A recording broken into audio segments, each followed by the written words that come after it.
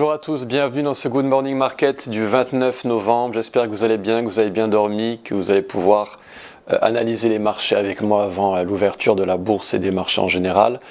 Le S&P, le Nasdaq ont été très calmes hier. Ils ont clôturé un tout petit peu à la hausse. Le S&P a grappillé à 0,10%, le Nasdaq à plus 0,30%. Ces deux indices dans les contrats à terme sont stables ce matin. Le DAX est stable également en contrat à terme. Le Nikkei cette nuit a performé négativement mais très légèrement de moins 0,26%. Et les marchés sont en attente de quoi? On va en parler. Ils sont en attente sans doute à ce que le contrat à terme du VIX atteigne les 13,24. Actuellement, il est à 13,73. On pourrait avoir une correction sur les indices à 13,24.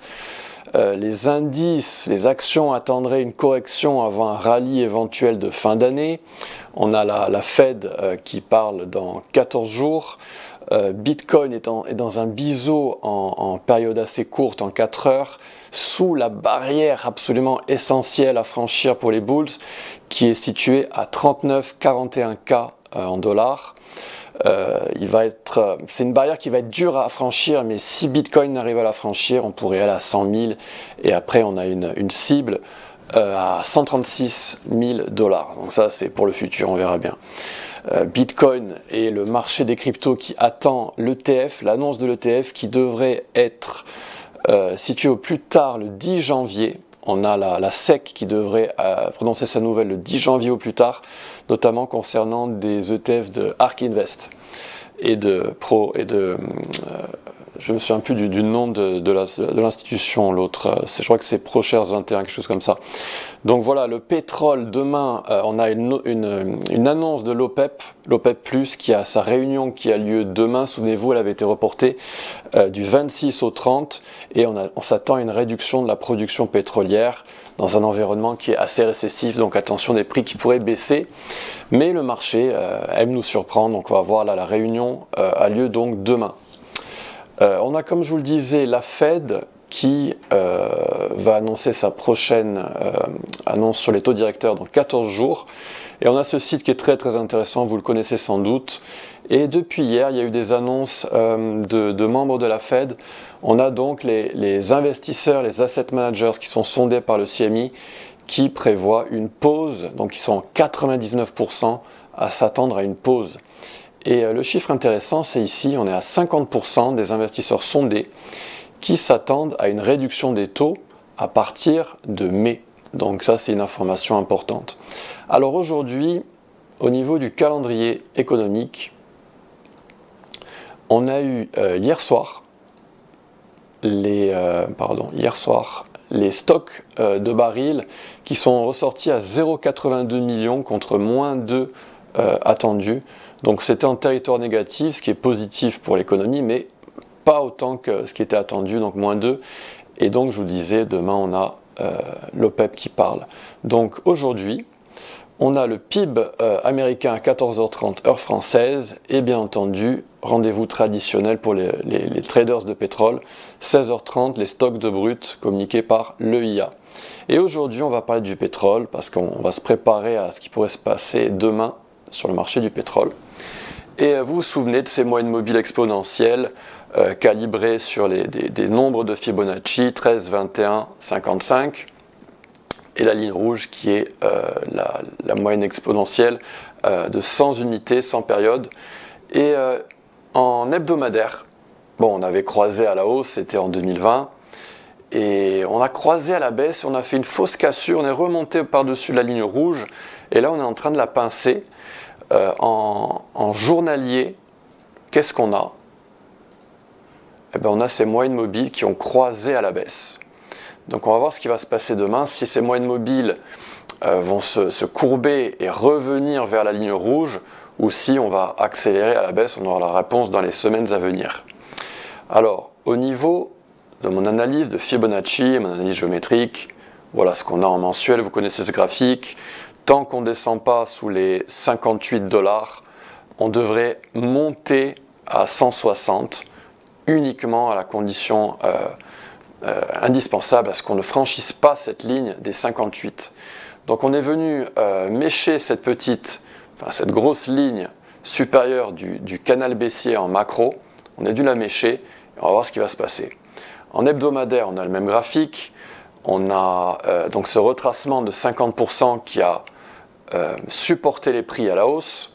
On va voir si on descend à 62 dans les semaines et les mois à venir. En journalier, on a cette ligne haussière qui a rejeté les prix à la baisse dans une configuration en short. Et en H4, on va étudier le pétrole en H4 ce matin. Très très intéressant. Je vais vous montrer ce qu'est une série de Fibonacci en mode short. Alors regardez ce qui s'est passé ces derniers mois dans le pétrole. Donc je prends mon retracement de Fibonacci. Je m'ancre avec le bouton Shift sur le top. Je vais au plus bas notable. Là je vais m'ajuster. Je vais me mettre en couleur noire pour que ce soit plus à l'aise au niveau visuel. Donc voilà, on est descendu, retracement de 50%, on a touché le retracement de 38% et on a été à la cible. Donc la dernière touchette c'était à 38%, donc on va tracer un second fib, un second retracement de Fibonacci, du plus haut au plus bas. Qu'est-ce qu'on a eu? Une précision, comme d'habitude, le pétrole est très technique. On a eu une réaction à 50%, on n'a pas été à la cible, on est remonté et on a méché la golden zone opposée, le retracement des 61,8%. Par la suite, on est descendu, on a atteint la target et on continue notre procédure avec nos retracements. On prend le précédent top, l'ancrage au précédent top, jusqu'au plus bas d'après. 50% de retracement, réaction à la baisse, violente réaction, et on est descendu à la cible. Et on continue cette procédure, et on l'a continué la semaine dernière, et là, qu'est-ce qui s'est passé? Eh bien, le prix du baril, il a franchi cette frontière à ne pas franchir pour les bears, pour ceux qui shortent, qui vendent, et comme on a cassé cette golden zone opposée, les traders baissiers ont été stop loss. Et ce qui se passe, c'est les programmes à Wall Street, les programmes des institutions utilisent ces retracements de Fibonacci et eux aussi ont été stop loss.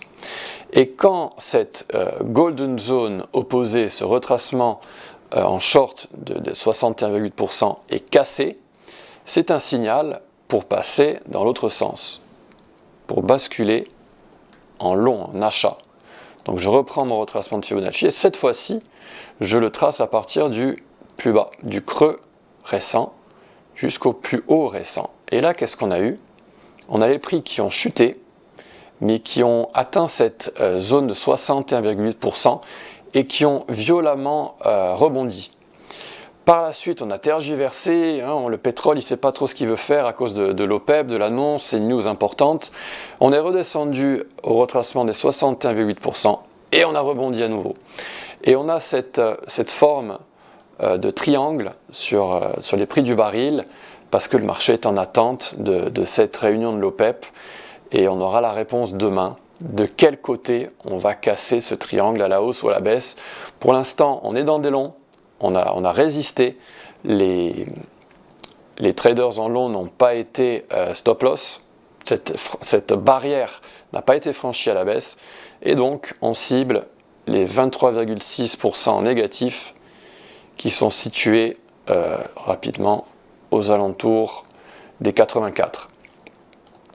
Qu'est-ce qui pourrait se passer demain si jamais on casse à la hausse? Eh bien, on ciblerait cette petite boîte verte. Donc là, mon graphique il va être un petit peu plus fouillis, mais ne vous inquiétez pas. Voilà, on devrait se situer, on devrait monter dans cette boîte verte si jamais on casse à la hausse et cibler le retracement des 60,8%. Si jamais on arrive à casser la ligne de tendance, je vais juste mettre les prix, comme ça vous avez des valeurs chiffrées. Donc on a le retracement des 23,6 en négatif qui affiche un prix de 84,40. Donc c'est l'endroit bas de ma box verte, avec au plus haut les 87,20 qui pourraient être atteints. Donc on pourrait monter, on pourrait tergiverser et demain monter et aller dans ma boîte verte. Voilà, c'est mon scénario prioritaire, mais évidemment, on pourrait casser à la baisse si jamais le marché est très déçu de l'annonce de l'OPEP. Voilà, chers amis, c'est tout pour aujourd'hui. J'espère que cette vidéo vous a plu. Si elle vous a plu, merci de la liker, merci de la commenter. Je peux répondre à toutes vos questions dans la section commentaires de YouTube, et vous pouvez m'écrire aussi sur les réseaux sociaux. Je suis sur Instagram, sur LinkedIn. Voilà, merci à tous et je vous souhaite une très très bonne journée de trading. À bientôt, au revoir.